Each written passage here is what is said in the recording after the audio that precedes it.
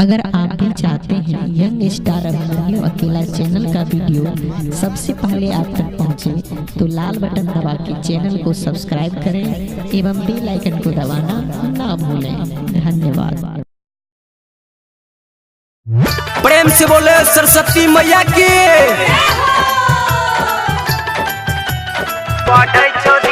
पहाड़िया में स्टूडियो हाथ जोड़ विनती करे छियो मैया तोहर दुआरिया में, सुनना मैया तोहर दुआरिया में, देखना मैया तोहर दुआरिया में। गणेशवा के तू पास करा दे, पढ़ै छो दिना दुपहरिया में। दुरुसवा के तू पास करा दे, पढ़ै छो दिना दुपहरिया में। मनीषवा के तू पास करा दे, पढ़ै छो दिना दुपहरिया में। पढ़ै छो दिना दुपहरिया में, पढ़ै छो दिना दुपहरिया में।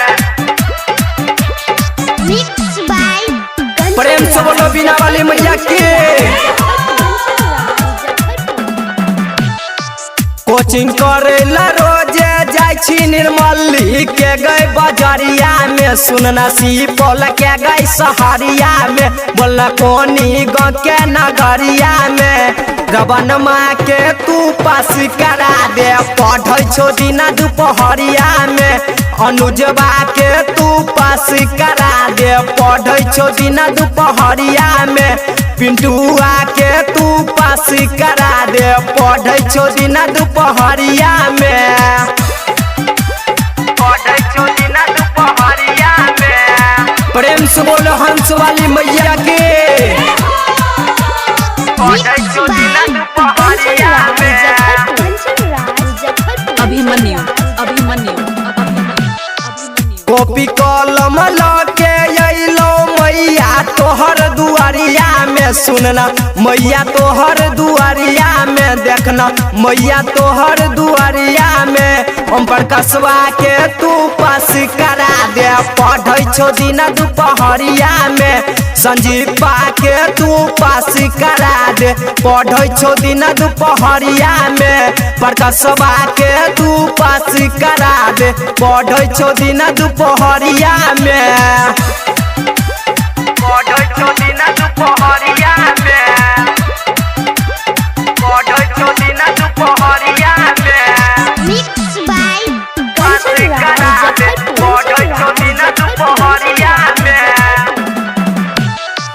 गायक अभिमन्यु अकेला के मैया रखी है या चल के छाया में, मांगे रखी है या चल के छाया में, सुन रखी है या चल के छाया में।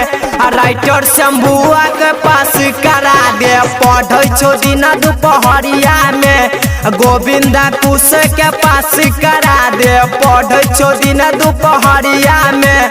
शंकर सुपर के पास करा दे, पढ़ै छो दिना दुपहरिया में। हाथ जोड़ विनती करे छियो मैया तोहर दुआरिया में, सुनना मैया तोहर दुआरिया में, देखना मैया तोहर दुआरिया में।